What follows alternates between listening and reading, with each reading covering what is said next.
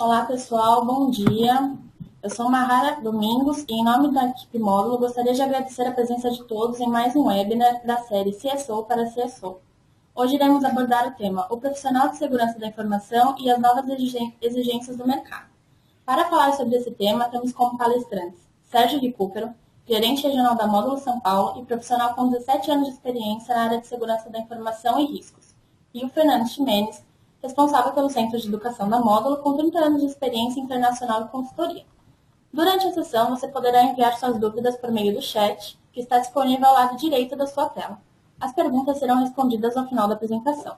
Lembrando a todos que essa série estará disponível para download em nosso site módulo.com.br. Além disso, a equipe da Módulo se encontra à disposição para aprofundar o tema exposto em uma reunião presencial. Curta a nossa página no Facebook e receba também informações e atualizações sobre o tema. Passo agora a palavra para Sérgio Recupero. Pessoal, bom dia a todos. Mais uma vez, obrigado pela presença aí em mais um webinar da nossa série aí, CSO to CSO. Esse já é o nosso quarto evento. E o objetivo aqui é sempre a gente abordar temas do dia a dia dos gerentes de segurança, dos coordenadores de segurança, analistas, coisas, né? Temas que tiram o sono dos nossos profissionais na área de segurança da informação. Hoje nós trouxemos o Fernando Ximenes, que é uma pessoa focada na área de desenvolvimento de pessoal, que vai falar um pouquinho sobre essas exigências que acabam afetando o perfil do profissional de segurança de informação.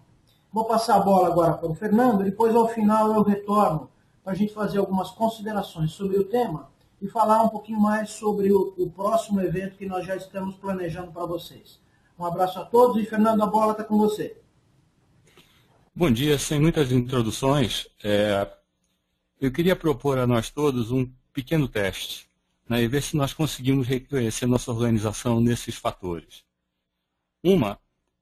São raros os executivos que de fato vivem os aspectos estratégicos da segurança, né? A preocupação executiva ela aparece em todas as pesquisas, mas a atuação executiva nós todos sabemos que ela é muito rala. É mais ou menos como alguém que toma um susto com a saúde e compra uma bicicleta ergométrica, bota na varanda, pedala 30 dias e depois esquece. A outra questão é que a grande parte dos gerentes das organizações desconhecem a equação econômica da segurança. Ainda está muito distante deles o vínculo que existe de um problema efetivo de segurança de informação e o impacto que isso pode ter para o negócio em todas as suas dimensões. E um terceiro nível é que quase todos os funcionários, quase todas as equipes não sabem bem o que se espera deles, né? Sendo muito franco com vocês, ainda temos executivos que entregam senha para a secretária e a gente coloca na mão dos funcionários políticas rigorosíssimas de segurança que eles têm medo até de se mexer na cadeira. Essa contradição cria uma situação difícil de conviver no dia a dia. Com isso, a gente percebe que há uma enorme falta de alinhamento estratégico no que se refere à segurança. E se você não tem alinhamento, você não tem um compromisso com a segurança. Ou seja, estrategicamente, as organizações carecem desse compromisso. Se a gente avança um pouquinho mais, em quase todos os orçamentos que eu conheço, a segurança é um overhead. Eu ainda estou para ver alguém associar custos de segurança ao lançamento de um produto de consumo vendido através da internet. Isso normalmente está escondido num budget de não sabemos quem. A outra questão é que se você estuda os KPIs da maioria das empresas, a estratégia de segurança não está lá. Uma consequência disso, se você não tem os KPIs, é que você não dá as informações certas para as pessoas que têm que tomar decisão. E se elas não têm informação e se os KPIs não estão lá, não existe empowerment para a tomada de decisões relativas à segurança. Com isso, o que ocorre é que não existe um alinhamento operacional com a segurança. E se não existe o alinhamento, falta o compromisso operacional com a segurança. Se a gente avança um pouquinho mais, poucas empresas conseguem contratar e reter pessoas considerando os requisitos de segurança de suas funções. Se você olha as descrições de cargo fora da área técnica, segurança da informação não existe. Vocês podem fazer um teste, pegar as descrições de função do pessoal de marketing e vendas, ver se aparece lá segurança. No entanto, nós vamos ter esse ano no Brasil um tsunami de regulamentações que envolve o Código do Consumidor, o Marco Civil da Internet, onde isso pega na veia. E, por consequência, prêmio e punição são inconsistentes ou inexistentes. A gente pode fazer uma analogia todas as campanhas contra o fumo que existem ao longo desses últimos 10, 20 anos, proibição de anúncios e tudo mais, produziram um resultado muito pequeno. Por outro lado, a lei seca pegou, porque a lei seca tem consequência. Tá? Então, se não existe isso, não existe alinhamento organizacional e não existe compromisso organizacional com a segurança. Na soma desses fatores, nós temos uma situação em que falta compromisso com a segurança no nível total da organização. Tá? É fato, e nós sabemos, que existem N iniciativas em torno disso. Mas iniciativas isoladas não formam um sistema. É como se o indivíduo bombasse os braços e ficasse com a perna fina. Tá? E essa desconexão entre as iniciativas e um compromisso estratégico produz uma descrença e produz insegurança. Essa é uma parte do diagnóstico. Uma outra que eu gostaria de ver com vocês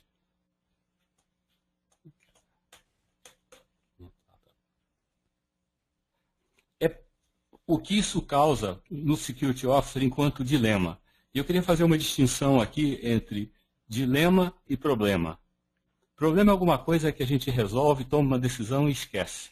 Dilema é algo com que a gente tem que conviver para todo sempre.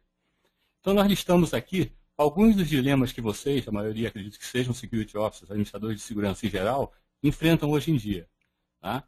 Com os executivos das suas organizações, eles querem resultado e bônus. E você precisa investir a longo prazo em processo de gestão de segurança. O CIO está pressionado para entregar sistema.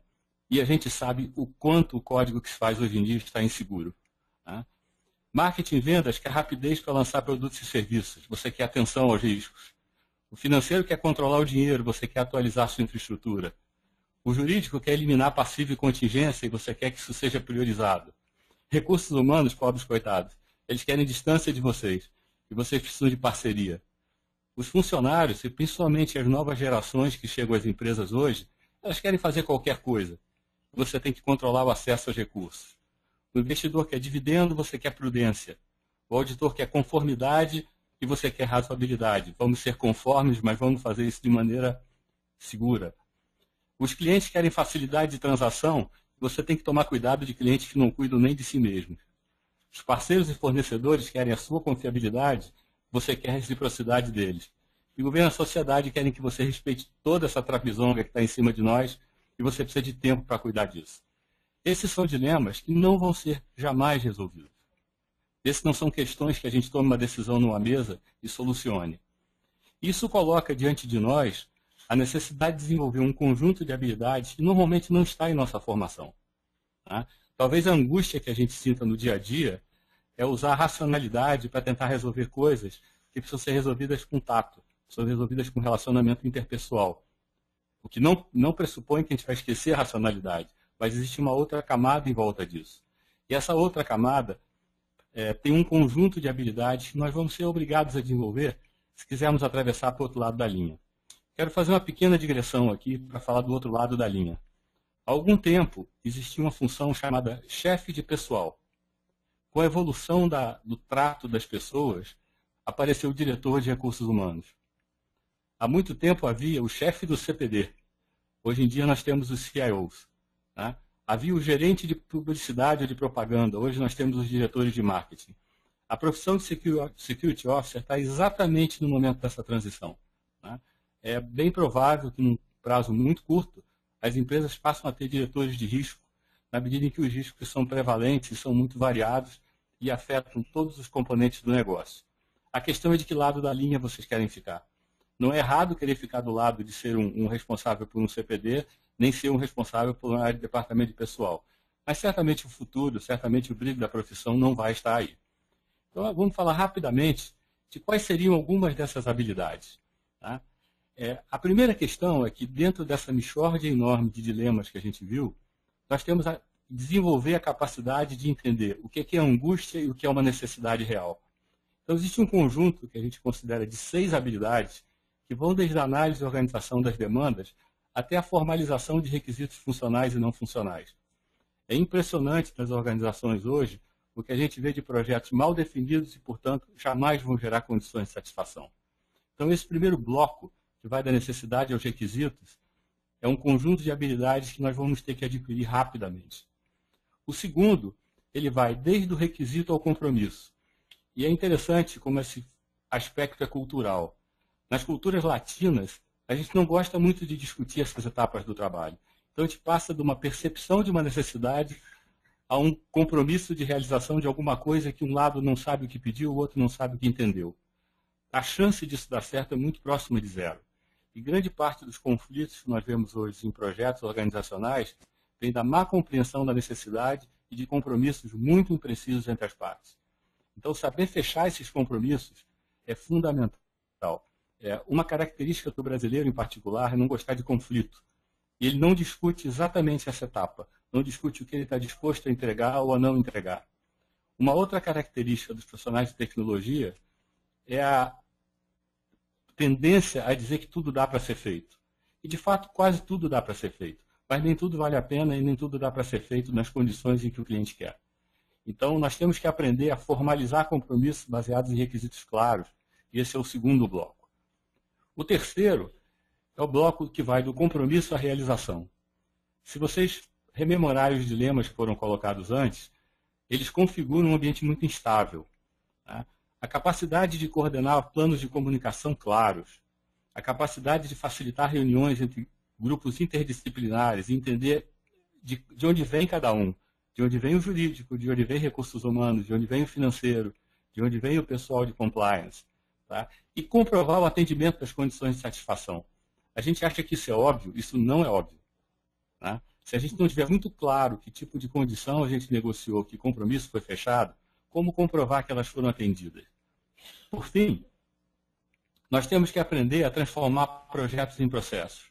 Eu tenho uma vida muito longa de consultoria que me permite avaliar com bastante criticidade o que as consultorias fazem. E elas transmitiram para nossas organizações a impressão de que você evolui com base em projetos. Isso é mais ou menos como se conseguisse construir a beleza de alguém através de cirurgias plásticas todo mês. Isso é impossível, isso gera monstros.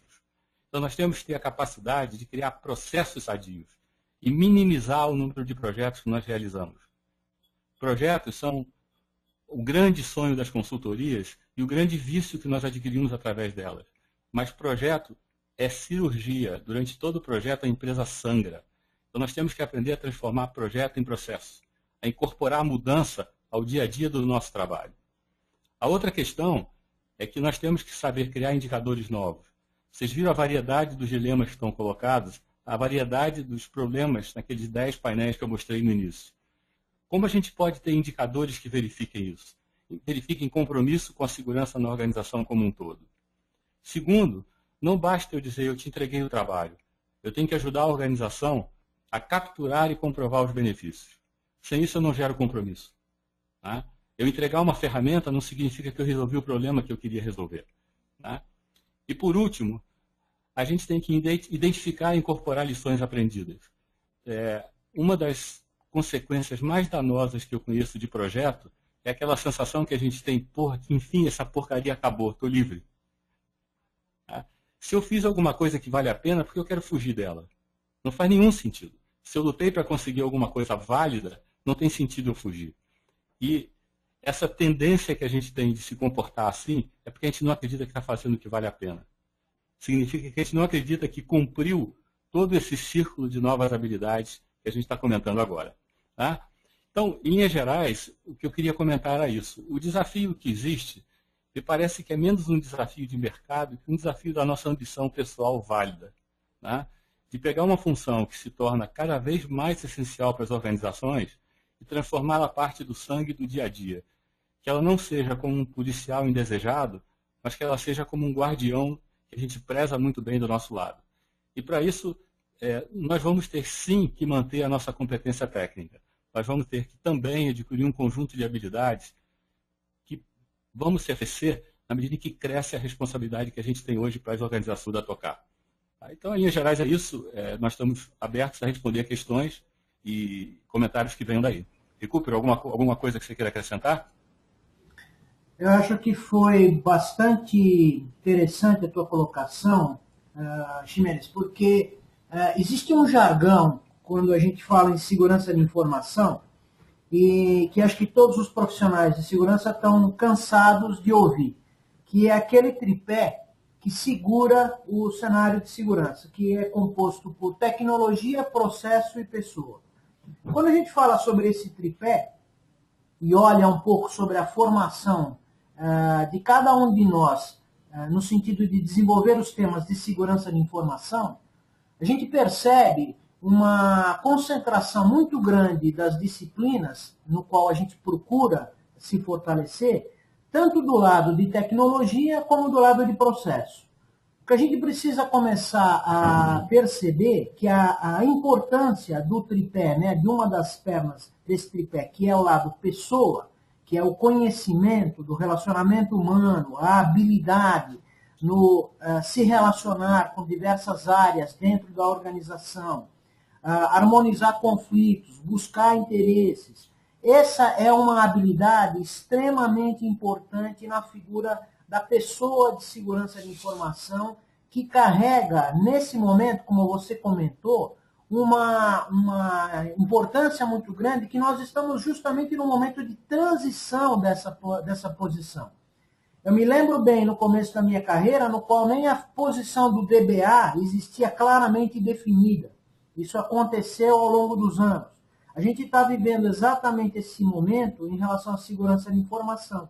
E isso também é uma coisa importante no processo de aculturamento da organização, porque a gente sempre passa nos nossos webinars a seguinte mensagem: segurança não existe. Existe a administração de risco. Porque por mais que a gente invista em projetos ou processos de segurança, todos eles terão a sua limitação. Eles não trarão a segurança 100%, porque isso é uma utopia. Portanto, a gente sempre precisa ter uma visão de administrar o risco. E para isso, a Módulo tem ajudado ou procura ajudar as empresas nesse sentido para tentar abordar o tema de gestão de risco de uma maneira mais eficiente e mais eficaz. Eu acho que esse contexto completa um pouco daquilo que a gente tem para falar. Algumas perguntas aqui apareceram no sentido de disponibilizar essa apresentação, que vai estar disponível aí no nosso site.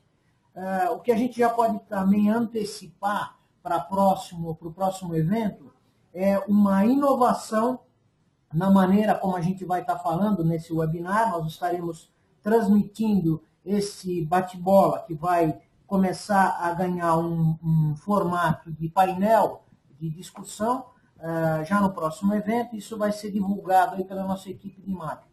O tema que a gente vai estar abordando no nosso próximo webinar será focado na parte de consumerização, ou o que o pessoal chama por aí de Bring Your Own Device. Nós vamos estar discutindo um pouco esse tema aqui, inclusive foi um item que você mencionou aí ao longo do nosso bate-papo, quando os usuários, na realidade, querem facilidades. E as áreas de segurança, as áreas de controle, de modo geral, elas querem controle sobre essas facilidades, né, para que os riscos sejam melhor administrados. Da minha parte aqui, a gente agradece a participação do Ximenes, trazendo essa visão de formação, né, reforçando o tripé de conhecimento do lado pessoa. Colocamos a Módulo novamente à disposição aí de ajudar e de elucidar melhor esse tema junto aos nossos clientes ou prospects que a gente gostaria de conversar. Mahara, você quer... Sim, eu queria fazer um comentário, Recupero, Claro, para fechar, que é o seguinte. Eu coloquei de novo a tela dos dilemas do Security Officer para lembrar o seguinte. A iniciativa de colocar na mesa esses dilemas, e a iniciativa de começar a tratar esses dilemas, está na mão do Security Officer. Eu duvido que um executivo tenha uma visão hoje dos dilemas que ele enfrenta com relação ao risco. Eu duvido que essas questões ligadas às diferenças de visão entre o CIO, por exemplo, e marketing e vendas, entre o financeiro e recursos humanos, sejam colocadas na mesa para discussão por qualquer outro executivo que não seja alguém que tenha visão de risco. Tá? Então, vocês que estão assistindo, têm uma tarefa pela frente, que é botar isso na mesa, que é chamar os seus pares, os seus colegas, para discutir esses assuntos. Porque eles é que vão fazer o compromisso com a segurança da organização. Senão vai continuar fazendo projeto e vai continuar a frustração de que as coisas não acontecem. Tá? Eu queria deixar isso como um reforço final. Uma coisa importante, né, Fernando, nessa habilidade, é a capacidade do profissional de segurança, do ponto focal de segurança, do CSO, daí depende um pouco de cada organização, a capacidade dele traduzir a linguagem técnica junto à linguagem executiva, de uma maneira que os altos executivos e os tomadores de decisão dentro da organização tenham a condição de entender. Eu vejo muito esse aspecto. Muitas vezes você tem um problema de dialética entre o lado técnico e o lado executivo. E aí a gente puxa muito a habilidade do homem de segurança ou da mulher de segurança em ser um papel de educador, né? Tem que ter uma didática adequada para poder passar isso. Inclusive, passar as limitações que esses projetos, que essa abordagem de segurança tem. Porque o desenvolvimento de um projeto milionário ou não dentro de uma organização traz segurança a 100% para a organização? Não, ele não trará. Isso muitas vezes é uma realidade dura de ser enfrentada. Porque o alto executivo entende que se você vai gastar $1 milhão num projeto, você vai estar 100% seguro. Isso não é verdade. Você nunca estará 100% seguro. Você vai estar num risco menor do que o risco anterior, mas não estará 100% seguro. E essa é uma dificuldade que acaba colocando na mão da pessoa de segurança da informação a didática necessária para explicar essas limitações da área de segurança. Você quer colocar mais alguma coisa aí, Fernando? Não, agradeço os 82 colegas que estão assistindo. A gente está totalmente à disposição para trocar informação, para, enfim, esclarecer. O material vai ser enviado. E se alguém quiser aprofundar o assunto, será o maior prazer. É uma coisa que nos motiva e que eu acho que tem valor para o profissional em particular e para as organizações onde eles estão. Muito obrigado a vocês pela atenção e vamos em frente. Pessoal, agradeço a atenção de todos, desejamos um bom dia e estamos à disposição.